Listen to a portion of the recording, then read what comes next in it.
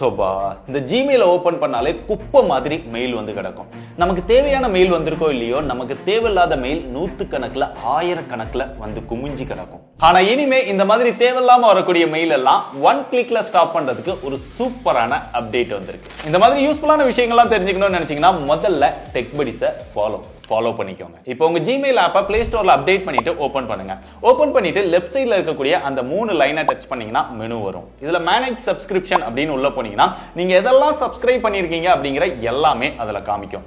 இதுல என்னென்ன சப்ஸ்கிரிப்ஷன் உங்களுக்கு தேவையோ அதை விட்டுருங்க. என்னெல்லாம் தேவையில்லையோ அதுல இந்த ரைட் சைடுல இருக்கக்கூடிய இந்த ஐகானை டச் பண்ணி unsubscribe அப்படின்னு கொடுத்துருங்க.